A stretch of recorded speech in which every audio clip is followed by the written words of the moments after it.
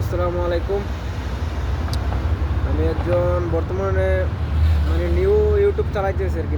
এর আগে আমার চ্যানেল খোলা ছিল, আমি হয়তো কখনো ট্রাইও করি নাই, দেখিও নাই ভিডিও ছাড়বো কিনা আসলে আমার এগুলো মাথায় কোনো চিন্তাই নেই। এখন মন চাইছে যেমন দেখি করে থাকি, ডিউটি শেষ রুমে শুয়ে থাকি, কিছু একটা করা যায় কিনা, সবাই যদি সাপোর্ট করে তাহলে অবশ্যই সম্ভব।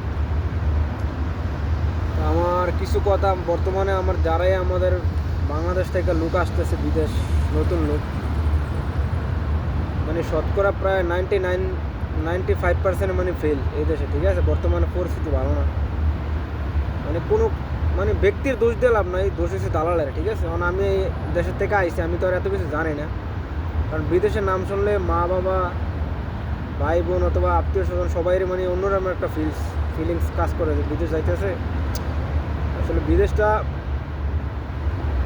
এতটা সহজ না, ঠিক আছে। যে না আইসে তাই এই জিনিসটা বুঝবো না, আর যে আইসা গেছে তার তো মাইন্ড কারছি বার শেষ না, যে তাই এই কথা না, এটা বাদ দিলাম। এখন বর্তমানে যারাই আসবেন ভাই, আপনারা কোনো কাজ শিক্ষা আসেন, যদি কোনো কাজ শিক্ষা আসেন তাইলে আপনাকে নিজের লাগে একটু হেল্প হইব, ঠিক আছে। আপনার নিজের হেল্প হইব কোনো জায়গায় কাজ করতে, আপনার একটা প্রায়োরিটি ভালো থাকবো। আর যদি আপনি কোনো কাজ না শিক্ষা আসেন, এমনিতে আসেন, তাহলে এখানে কোনো প্রায়োরিটি নেই বর্তমানে ভাই, ঠিক আছে। তাহলে এখানে কোনো বর্তমানে প্রায়োরিটি নেই আপনার কাছে। যারাই আসেন, বর্তমানে পুরোটা সৌদি আরব একদম সাপ্লাইয়ের দালাল বইরা গেছে, ঠিক আছে। সাপ্লাইয়ের দালালরা প্রত্যেকটা বাঙালির এখন বর্তমানে প্রচুর পরিমাণে নির্যাতন করতেছে, প্রতি মাসের পর মাস ব্ল্যাকমেল করতেছে, ঠিক আছে।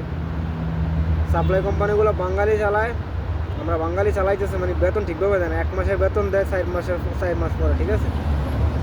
তো দেশের থেকে তো মানুষ আসে, মানুষ এত কিছু বোঝে না যে কই আনে তোমার অন্য জায়গায় কফি শপে দেবো, এয়ারপোর্টে দেবো, অথবা কোনো হোটেলে দেবো, কোনো জায়গায় দেবো, ঠিক আছে। পরে এই দেশে আইসা দেখে কি কাজের কোনো গ্যারান্টি নাই, শুয়ে থাকে, চোখের পানি, নাকের পানি সব কিছু পরে। একবার খাইতে একবার খাবার মিললে 2বার খাবার মিলে না, ঠিক আছে। তো এগুলো চিন্তা ভাবনা করে এখানে আসা উচিত। আপনারা যারাই আসবেন, আমার কাছে মনে হয় বর্তমানে এই জিনিসটা ভালোভাবে বুঝে আসা উচিত, ঠিক আছে। আমি চাই না আমার দেশের কোনো ভাই অথবা চাষা যাইটাই হোক আইসা কেউ বিপদে পড়ে। এই জায়গার পরিস্থিতি খুব খারাপ, ঠিক আছে। আর যারাই আমার ভিডিওটা দেখেন, একটু কষ্ট করে একটা সাবস্ক্রাইব একটা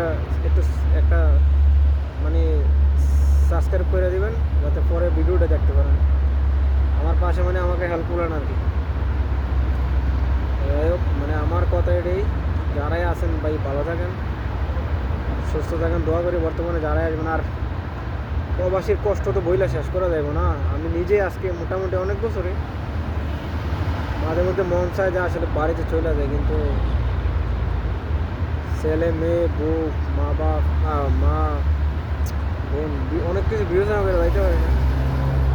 আইসা যে যেন বিপদে পড়ছি, বিপদে কবে শেষ হবে এটা কোনো গ্যারান্টি নেই। তবে ইচ্ছা আছে খুব তাড়াতাড়ি শেষ করে যাবো, আল্লাহ যা ডাকে নসিবে তাই হবে।